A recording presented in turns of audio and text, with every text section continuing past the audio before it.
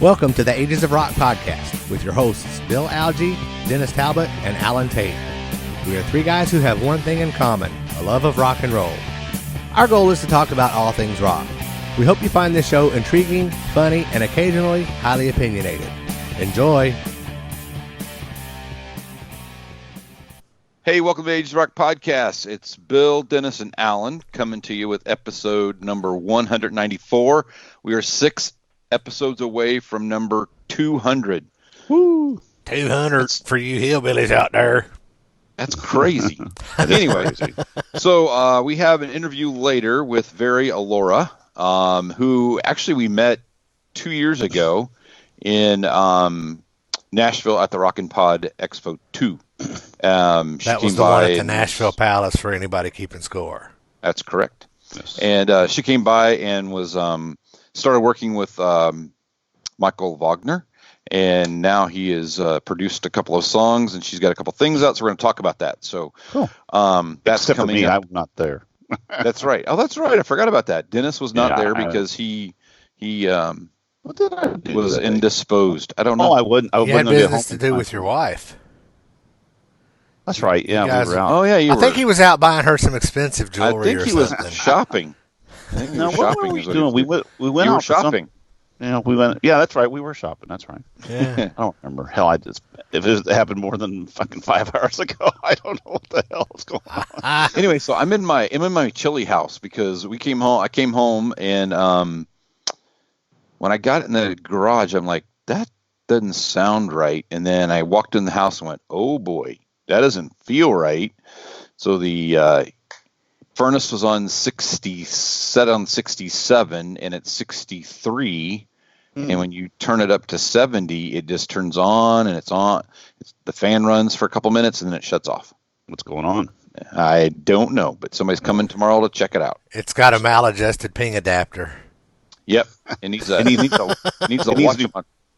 ball bearings. All of my ex-military audience members will get a kick out of that one. It's all about ball bearings. All I know is I just heard cha-ching, cha-ching. That's all I heard. Yeah, Bill will be burying his ball so he can afford to pay for it. That's exactly right. Mine always went out on like Saturday. Always on Saturday. It's like, fuck. Yeah. You know. Well, that's kind of like your smoke detector going off, the battery dying at 2 o'clock in the morning. Yeah. Always. Anyway, so what do you guys got? I have no vinyl things. I'll talk a little bit about some changes I made, but I got some vinyl. Well, I got one thing to say before we get into the album acquisitions or whatever. Next week's episode is going to be all things Alice Cooper. So Dennis and I will be seeing Alice Cooper tomorrow night. We're filming this on Tuesday the 26th. So we will be seeing Alice tomorrow night, and Bill saw Alice last night. So it was horrible. So we're going to talk about we're going to talk about that next week. So for those of you that know that we're all going to see, and some of us already seen, hold your horses. We'll get to it, and it's going to be a good episode. And get your thinking caps on, because the name of next week's episode is 5 Alice Cooper songs we think you should listen to, and that's 5 from each of us. And it's all about Alice. It's all about Alice. So if you want to go ahead and get your thinking caps on and get your list ready, once we post that, we'll want your 5 picks in the comments on our Facebook page. And I will probably take those 15 songs that we bring up, and I'll probably make a Spotify list too, and I'll post that on the page where you can listen to all those songs. Get your Alice fix. Cool. There you go. Yeah. Sounds great. What else we got this week? Anything? Let's see. Oh, Thanksgiving. Any other new concert? Any other new big concert news? I went and saw Old Dominion the other night. Oh yeah, how was that? Did you like it? Now, considering that I'm not a big country fan, that was pretty good. You know, one thing that was neat about the Old Dominion guys is the 3 main guys in the band. You've heard of them. You've heard their music long before you heard them, because they had one of the guys wrote the song "A Guy Walks Into a Bar." One of the guys wrote a song for Blake Shelton, so there were three of them that had done some songwriting that was picked up by major artists before they actually broke. Yeah. So even though you haven't heard Old Dominion, you heard Old Dominion. Where was that? At the center? That was at the Ford Center here in Evansville, and it was one of those things that I didn't know I was going until about 3 hours before the show. Big crowd. Because my business partner ended up with a couple of tickets, and he shot me a message and asked if I wanted to go. Was it a big crowd? How was the crowd? You know how they got level 1 and level 2? All right. Level 2 had black curtains all the way around the building. Yeah. So that didn't surprise me. So I mean, the bottom level wasn't full, but the bottom part was almost full. With the black blankets up or curtains, whatever, kind of makes it look fuller than it really is. Who else was there with him? Just Scott McCready. Oh, okay, from American Idol. Yeah. The American Idol guy, and he sang. Is he the one with the real deep voice? Yeah. Honestly, I don't remember. I didn't know who the guy was. He does. That's the guy. But he sang an Ed Sheeran song, and he sang "Check Yes or No" by George Strait. So he did a few covers. Yeah, he's got an old school country type voice. I like the guy actually. Yeah. I liked him when he was on Idol. As we are recording this, it is Tuesday, November the 26th. Either one of you guys want to guess who turned 80 today? I know. Well, I'm going to go with Pete Townsend. No. No. Keith Richards. No. Somebody much better looking. Yeah, female. Oh, female. Yeah. Oh, I don't know. Tina Turner. Really? I read an article about her today that said. Was it the one about Ike's grave? She went to Ike's grave and pissed on it. I saw that too. And the thing is, I don't know if that is a legitimate website or if that's one of them parody sites like The Onion. I bet she did. Oh, yeah, she probably did. Who knows? I guarantee. Could you imagine that? Be walking up to a graveyard and you see Tina Turner squatting down, taking a piss? Well, if I was her, I would have fucking climbed up on that coffin at the funeral home and pissed in his face while he was dead and everybody could watch. He was a horrible person. He was a monster. Horrible person. Horrible person. Yep. That's one of those ones when you go to the actual funeral and they're doing the eulogy. There's none of this. He's really. Has anybody got anything nice to say about Ike? He's finally dead. It'd be like, amen. Some people just go to hell. That's just the way it is. Something. Yeah. Other than that, I don't have anything. Yeah, I'm trying to think. So Doobie Brothers are coming. Tickets go on sale for that on Friday, right? I think they go on sale tomorrow or Friday. I think the three of us are going to try to catch the show up at Noblesville. Yeah, and then there's what else did I hear? Oh, they're going to add a fourth group, I think, to that to the Motley Crue, Poison, Def Leppard. Motley Crue, Poison, Def Leppard thing. And I wonder why they want to add a fourth group. So that everybody only gets to play 15 minutes? I mean, what's the point of that? Well, now, something else our listener Mike G pointed out to me is Motley Crue they were asking for something like $3.25 million per show. They said $2 million for Motley. And it broke down $2 million for Motley, $1 million for Def Leppard, and $25,000 for Poison. $25,000 for Poison? Yeah.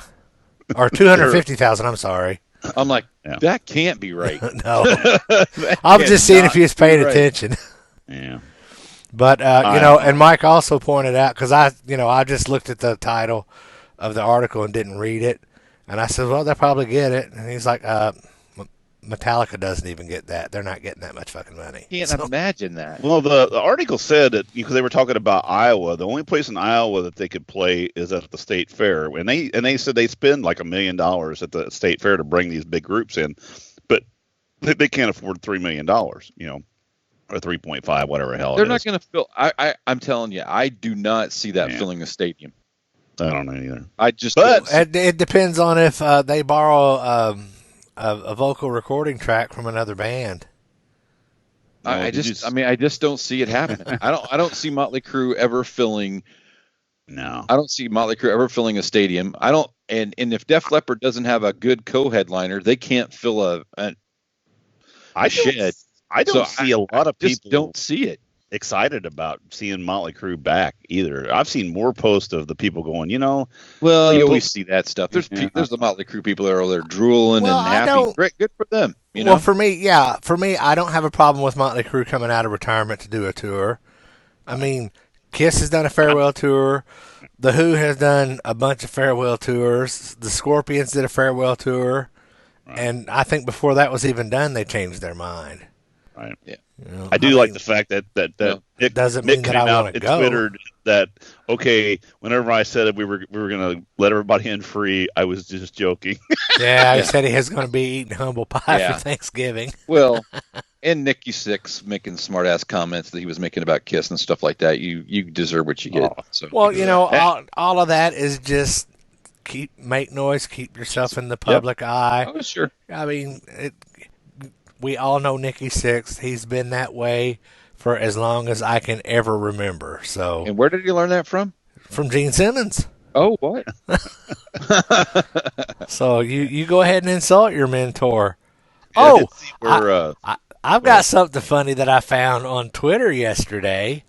There is a Twitter handle called @StewartTrunk. It's somebody that is doing Eddie Trunk parodies. And basically every tweet that he tweets, he talks about his cargo pants and being best friends with Ace Frehley and how Kiss hates him. It is @Stewart, STEWART, Trunk. Y'all looked it up. That shit's funny. It's a brand new account, so there's not a lot on there, but what is on there is funny. Is it the same guy doing the Paul Stanley? I don't think it is because the grammatical vernacular, whatever. Right. It's not the same. Gotcha. So it what doesn't did you say seem it was to again? me. Stewart, STEWART, TRUNK. And the avatar is the character Stewart from Beavis and Butthead. Oh, that's funny. That's funny. So anytime I read one of those tweets, I read it in his voice, which makes it even funnier. That's funny. I did see where Whitesnake and Scorpions are going to be going out on tour. I know they're doing an Australian tour, I think, or something. Yeah, it's only overseas. It's not coming. I hope they come over here, though. I hope not yet. I'd like to see that. That'd be good. It looks like 2020 is going to be a hell of a good year for concerts. Shaping up. It's shaping up good. So, well, the fact that Michael McDonald is doing the 50th anniversary tour with the Doobie Brothers. Right. I think I have the answer to a question that I had a couple of weeks ago when I said something about, do you think that KK will be at the if they get into the Hall of Fame, will KK play along with them? Did you see where I guess they're going out on their 50th anniversary tour, and KK asked to be back in the band again, and they said, "Thank you, but no." Damn. Okay. Well, when he left the band, didn't he have some kind of harsh words? Yeah, I think there was good love there. I'd like to know the whole story on that. But yeah, I think he shit in his own bed, and he's trying to get back in there. And it's more like he shit in his own mouth. Yeah, exactly. So that's why we're talking at work. Nasty. I'm just saying. That's right. This is the day before Thanksgiving gross out episode. No kidding. Exactly. So yeah, we'll be seeing Alice the night before Thanksgiving. It's going to be fun. I'm looking forward. All right. So what kind of records you got, man? Okay, so I did pick up 3 this week. I went up to my regular places were pretty flat this week, and went to Space Monkey, and they don't open until noon. It's like, I'm an early guy. He's gonna start opening earlier for me because I don't want to go back over at noon. That's what he's gonna do. He's gonna just open early for you. I went back to Trader Baker's, and the old lady who puts her stuff back here, and with all the really nice stuff, I got some really good ones. I got Who Are You? Got that one there. That's pretty good. It doesn't have a lot of good songs. It's got Who Are You on it. That's that I'm adding to my Who collection. Really good shape. And then I got, here's another thing, the Wrecking Crew, another Wrecking Crew album, More of the Monkeys. This is I actually a damn nice copy of that. I got this for $5 because I just got the first one the other day. Here's the Monkeys, and this is the second one. I think this is the one that Ken Mills was talking about he had and he played all the time. I'm not mistaken. But it's in really good shape, and I like it's got some good stuff on there. So, and then out of the rock realm, my wife was at Target the other day, and she bought a record for herself. But of course, it'll go in my collection, but she'll listen to it. But she asked about it, and I said something about it was one of the Target specials, and it's a little more than one Amazon one. I think it was $4 more than what I could get on an Amazon, but it's kind of special. But I got the Ultimate Sinatra 2 record I've seen set. that there a couple times. Yeah, and it's actually pressed in the Netherlands. I thought that was kind of odd. Did you But say anyway, here's back to a? What's that? I'm confused. Did you say you were segueing to a rock record? No, I said going away from rock. This is a different type. I was But anyway, like, the Target special was Blue Eyes has blue vinyl. Isn't that cool? That's cool. So I got a blue vinyl Frank Sinatra. She saw Frank Sinatra when he came to town here right before he passed away. Hey, Alan, look a little impressed. It's blue vinyl. Yeah. Anyway, this was a limited edition two record deal. Got a lot of good songs on it. That's cool. I like Frank Sinatra. It's old Blue Eyes. Hey, I get to listen to Frank Sinatra every wedding that I DJ. Oh yeah, guarantee it. But yeah, that's what I got this week. Now I'm going to be going to we're doing the Alice Cooper show on Sunday. So Monday I'm on vacation. And doing the Alice Cooper show on Wednesday. We are recording the Alice Cooper show on Sunday. Oh. Yeah. So anyway, and it would be going on Thursday. But that Monday is my 30th wedding anniversary. Congratulations to me. That's very rare. No, congratulations to Kelly. Congratulations to Kelly. But we are going to Louisville for a couple days. We got a big spender.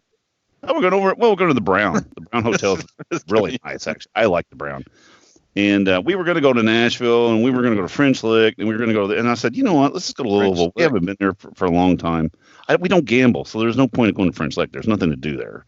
I mean, the West Bay is nice, but that's because you've been married for 30 years. Right. So Louisville has all the shopping. We're going to go out to Shepherdsville to the big mall out there.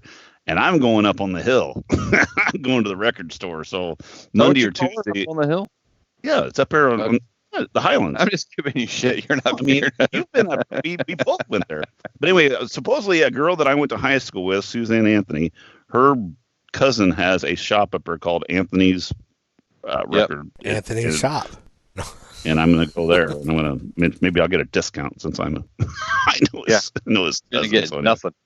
I'm gonna get nothing, but I'm gonna be doing some heavy duty record shopping on next week, so it'd be kind of interesting. So I'll probably have a bunch of good vinyl for that next week. But other than that, really, it's been kind of quiet, and just kind of the holidays are coming up, and it's been kind of. Yep, I'm ready. Turkey Day. My boy is now gobble. So he is coming. He's coming home then. He's flying. He's on his way home. Yep. Right. Cool. Just landed. That's cool. All right. Well. Happy Thanksgiving to all of our American listeners and audience, and for all of you Canadians and everywhere else around the world. Happy Thursday, Friday, Saturday, Sunday. Yeah. Whatever. Isn't it Boxing Day in Canada for Boxing Day? Isn't that somewhere like Christmas or different, something? That's like Christmas or something. It's near Christmas. Oh, I don't or New Year's. Whatever. Maybe Valentine's Day. I don't know. Caitlin will let us know. What you guys are assholes. I'm never coming on your show again. Let's talk to Very Alora. How's that sound? Sounds good. Hey, welcome to Ages of Rock Podcast. This is Bill and Alan, and as you can see, we have a blue-haired lady with us today, which is kind of cool. So this is Alora, and Alora's got a new record coming out and just finished up a tour, a permanent tour that she will live with the rest of her life, right? Hopefully it's not a mistake. It couldn't be a mistake. There you go. He thinks we can hear him. He does this shit all the time. Okay, pull that camera. Put the arm right directly in front of your camera. To your right a little more. Okay. Right there. There. There It's you a little go. warped because my wrist moved, but Yeah, it gets the point As- across. yeah, All right. It's all looks right. like a van. It does. And it's not down by the river, which is good because that's never good when you get a tattoo of a van down by the river. Or a So, tattoo Laura, in a van down by the river. oh yeah, that would be really bad. So, Laura, we talked to you 2 years ago Yeah. at the Rockin' Pod Expo in Nashville, if you Yeah. remember, right? Oh yeah, now I remember. Cool. When I saw your thing, when I saw the email pop up, I was like, I remember her. We talked to her, and I think you were blonde then. And Oh yeah, and my hair changes a lot. yeah, that's all right. You're not the only person that happens to. Mine changed. It went from it wasn't blue, but now it's white. So there you go. And Alan's just fallen out, so it's growing in on his chin. So what do you think? What's going on? You got a new record coming out, and new single that's out, and a mashup, and you got all kinds of stuff going on. Yeah, it's a lot of fun. We've got a bunch of fun stuff coming up. I've got another tour starting January 20th. Be touring with the same guys that I played with before, but we're going on tour with Smile Empty Soul for I think we got 24 shows or so for that one that just got confirmed, and kind of excited to itching to release the rest of this EP because I've got 4 more songs I'm sitting on, and I can't wait to put them out there for people to listen to. Cool. So the tour was with Texas Hippie Coalition, correct? Yep. That was a blast. Was it? So talk about that. How did that go? That was your first big tour, right? Yeah, no, it was my first tour ever. It was a lot of fun. I was super nervous going on to it because I'm like, what's it going to be like? I'm going to be driving in a van. We're going state to state, It was really nerve-wracking, and I was playing with some guys that I had only really met, 2-3 weeks prior that were playing with me.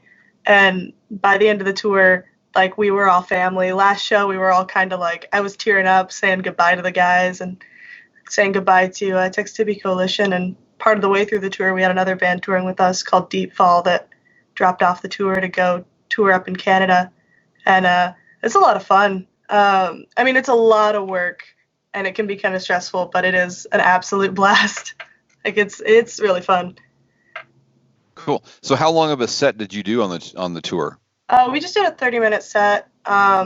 We sang Mama Don't Make Me, the song that's released on Spotify, and the other 4 songs that are not quite released yet. And then we also did the mashup. So all stuff that I'm really proud of, and I'm glad we put a lot of effort into. But it's really fun to see a couple of people who come up to the shows and know the words to Mama Don't Make Me, which was a surprise because I've never toured. I haven't been to a lot of the states that I played in ever. So suddenly seeing people show up and know my songs was insanely amazing. Cool. So where was that tour? Was it in one part of the country, or was it pretty much? So it was like, oh, you were in Indianapolis. Crap, I missed it. We were looking at the schedule. I'm like, how the hell did I miss that? Yeah, we were mostly like central and east. We didn't go too far north. The furthest north we went was Buffalo, New York, and that was amazing because we had a day off to go see Niagara Falls. But we went there, and we went all the way down, not quite by the coast, but we had a couple shows on the coast, and then a couple shows, further inland, all the way down to Florida. Made our way back to Nashville, and then went down to Texas, and hit everything in between. So it was really fun. I haven't been to the East Coast very much other than visiting family in Florida. So getting to go to a lot of places was really fun because I love to travel. Cool. Did your family get to come see you? Oh, yeah. No, in Dallas, we had, my mom, my dad, my sister, nieces, aunts, uncles, like everybody came out. It was so much fun. It was a great send-off since that was the last show I got to play for my family. That's pretty cool. Hey, Laura, if you could move to your left a little bit, because there's basically 3 faces on the screen, and when you moved off to the right there, the audience can see half your face. Oh, you're all good? Yeah. We want to see all of you and a lot less of us. That's right. That's not a bad thing. So the tour that you're getting ready to do then, Where are you going then? Are you going West Coast? Are you going? I don't have all of the dates memorized, but I know we're hitting up. It's mostly south. We're doing like 5 or 6 shows in Florida, and I think like 5 in Texas. I don't think we're going back to Dallas, but we're hitting quite a few in Texas and kind of in between. I guess they're staying pretty far south because no one wants to really drive through the snow in vans and tour buses in the middle of winter.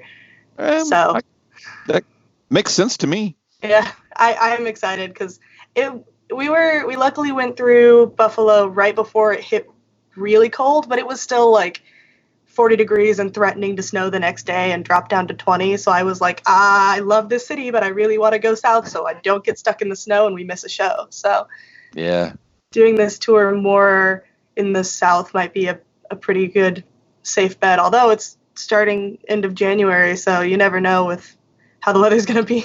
Yeah, but especially in Texas. Yeah, you should be. That shouldn't be too bad. It should be okay. It should be all right. So, how did you get hooked up with the hippie coalition? Is that just because of you guys have mutual labels, or? I don't know all the details on it. My manager Johnny, I guess, saw that they were looking for a spot to open for them, and I was looking to kind of just get to go on tour. Because I've never done it before. I wanted to see what it was like. I wanted to make sure that, like, 100% this is what I want to be doing with my life. And I didn't want to just be writing songs and singing from my house, that I wanted to go out on the road. So I guess it was just kind of lucky that that we saw that and decided to jump on that tour because, honestly, it was amazing and let me learn a lot about myself and kind of express myself without – it's my first time really – going off on my own without my family or anyone holding me back because I'm like 20 years old, you know? So it was really fun. I don't know how it all got set up, but I'm pretty glad it did. Yeah, it's cool. There aren't a lot of 20-year-olds that get to get in a van and go travel around for a while and play music. So that's awesome. I'm super lucky. Like I'm super grateful for my parents for helping me with all of this and being so ridiculously supportive of it, because if it was just me on my own, I would not be doing what I'm doing right now. So speaking of your parents then, so what kind of musical influences have you had? I mean, if you look at like the mashup is, which I think the mashup's really cool. I like that it's a really cool thing. I listened to it a couple days ago and I listened to it again tonight. So the mashup, you want to talk a little bit about that, how that kind of came about? And yeah. So I had been, I used to do YouTube covers of songs just individually on my YouTube channel for a long time. I tried to post them as frequently as possible, but I always inevitably stopped doing it because I love songs and I love singing songs and I love singing other people's songs, but I find it so hard to put myself in somebody else's songs because I didn't write those words. I didn't come up with those melodies. I have such a hard time expressing myself through somebody else's song. And so Johnny kind of came to me and he was like, hey, why don't we do a mashup? Because it's taking somebody else's words and kind of doing my own thing with it and adding another song to it and kind of making it my own. And we kind of decided on that Bad Guy song by Billie Eilish because I love Billie Eilish. Like, I love those songs. I think they're really creative and just really fun to sing. And so the struggle after that was trying to find a song that would fit really well with it. And so we were kind of just looking for songs that had really cool bass lines and really heavy bass influence in it. And we came across Seven Nation Army, which I haven't listened to in a couple of years. I love that song too, but it's not a song I would have thought, hey, let's put that with Billie Eilish.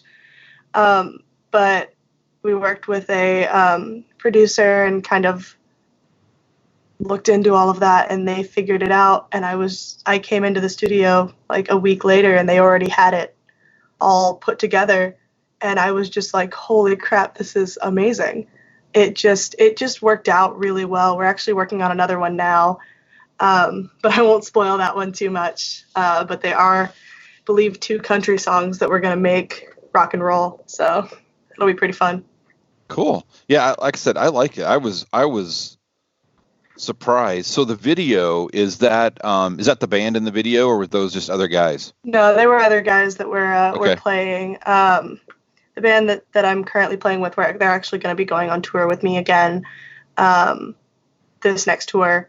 But they all have their own projects and their own bands. But I love those guys. I wouldn't trade them for anybody else, honestly.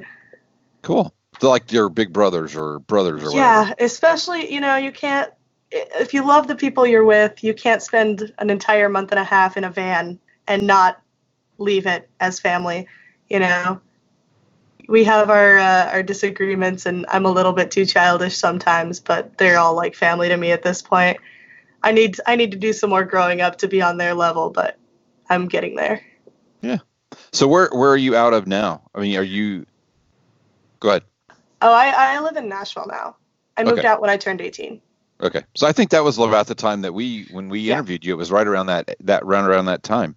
Yeah, I moved here in November of 2017. So yeah, it's been almost exactly 2 years now since I moved out here. I wasn't out here for very long before I met you guys the first time. Yeah, but but when you came out here though, how did you get connected with? I don't know. There's some producer that nobody's ever heard of, right? Named Michael Wagener. Funny story. I actually met him back in 2015. My manager Johnny, who I've been working with for probably 4 years now, he was in a hair metal band and happened to meet Michael Wagener and knew him from before. So whenever I started working with him and doing rock music, he was like, hey, we might have this really cool opportunity to work with a rock legend. Are you down for that? And I was just like, if I pass up an opportunity to record an EP with Michael Wagener, there's something wrong with me, because that's amazing. Yeah, we would have to not interview you. What is wrong with her? But it was amazing. It was you never know who people know. It's a weirdly small world. You run into people who know someone you knew from years ago, and it just kind of works out. And it just so happened that Johnny knows an amazing producer who just, I cannot believe to this day that I got to work with him. He's such a fantastic person. It was so life-changing. So what song did he work on? Has he worked on all 4 of them so far? Yeah. Or okay. He worked on all 5 of the songs from the EP, including the one that's out, Mama Don't Make Me. We worked with somebody else for the mashups because we're trying to do those a lot more frequently. But he did that entire EP in the span of like 1 month in the studio, where I was just there like every day with the band working on it. It was amazing. Like, I would do it over again a million times. It was so fantastic. Cool. So have you listened to anybody else that he's produced in the past? I have some. I mean, I listen to a lot of classic rock. Okay. So anyone and everyone, and even some people that he's worked with more recently, a band by the name of Taco Mouth. They did the girls in that band did the backup vocals on my EP on some of the songs, and they were actually working with him pretty soon after I left the studio.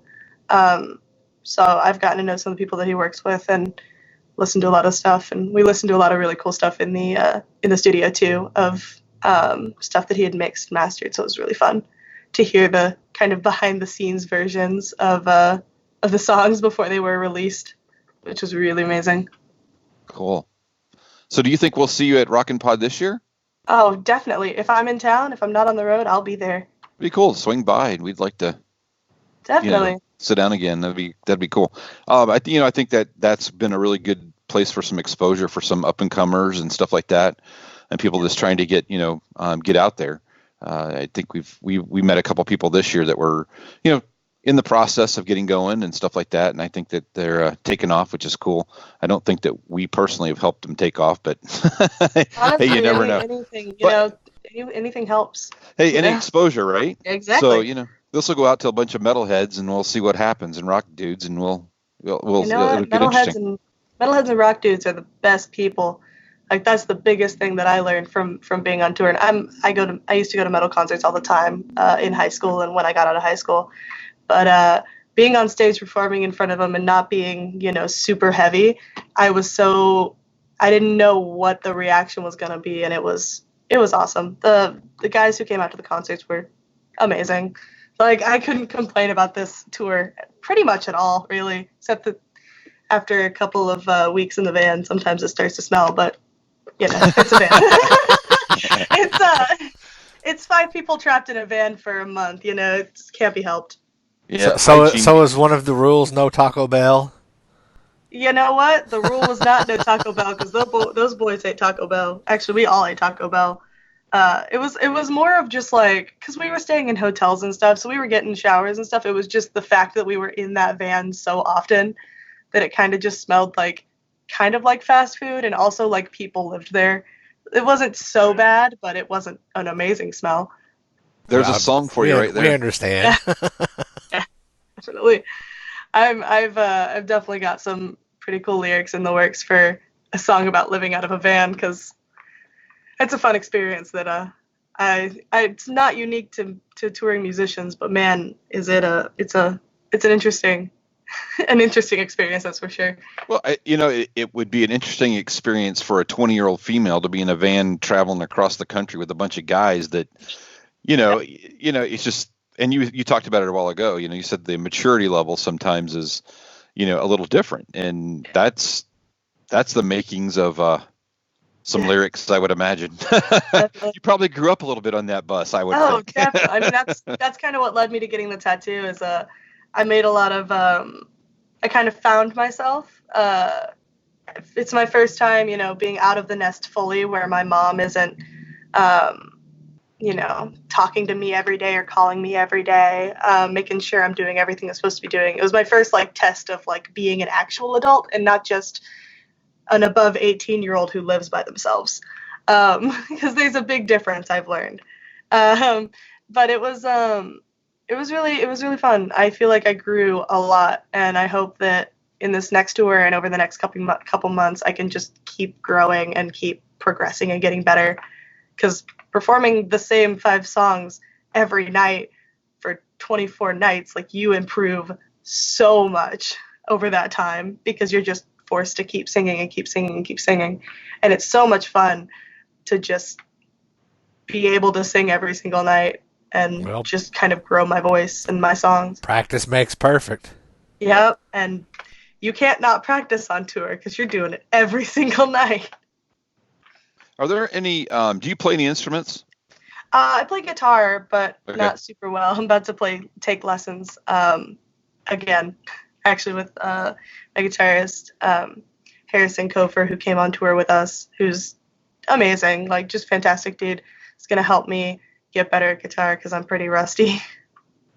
All right, and then I have one more question for you, and then I think Alan's got a question. What's your favorite track on the EP then? So you said it's got 5 songs on it, so what's your favorite track off there? My favorite, obviously Mama Don't Make Me is probably one of my favorites. That's why we released it first. That song is just fun. It's just a really fun song, but we've got a song on there called Nice Guys. It's more of a power ballad, and I was a little iffy on it when we wrote it, because I was like, it's not rock and roll enough. It's just a ballad. And then we recorded it, and I gave Michael the reins and was like, here, I trust you to make this amazing, and came out of the studio, and it's probably one of my favorite songs. It's the song that contributes every night I play it to my voice feeling a little bit more hoarse than it should, but that song is absolutely fantastic. Cool. Where can our audience find you on the internet? I'm on pretty much every social media imaginable under just Very Alora. My song, the only song that's currently out, Mama Don't Make Me, is currently on Spotify. The other ones will be coming out on Spotify here relatively soon in 2020. I believe we're releasing them after this next tour. But I'm on Facebook, Instagram, Twitter, all of those under Very Alora, just to make it easier to find me. Cool. All right. Well, we thank you for coming on the show. Thank you so much. You got any final thoughts you want to say before I take us out of here? Just really appreciate you guys talking with me and taking me on here, because I haven't seen y'all in a little while. I hope I see you guys next time at the Rockin' Podcast. If you're there, you'll see us, because we're there. Oh, yeah. Awesome. All Already right. got the dates. We're ready to go. Got the dates. That's right. It's Well, I hope I August get to see you guys there. 14th through the 16th this year. Yep. Or next year, technically. Yeah. I mean, 2020. I mean, it's only like a month away. Yeah. You blink your eye and it'll be here. That's Yep. right. All right. Well, thank you for coming on the show. Folks, check us out on 80sofrock.com. Find all of our social media and Stitcher Radio links. And until next week, peace out.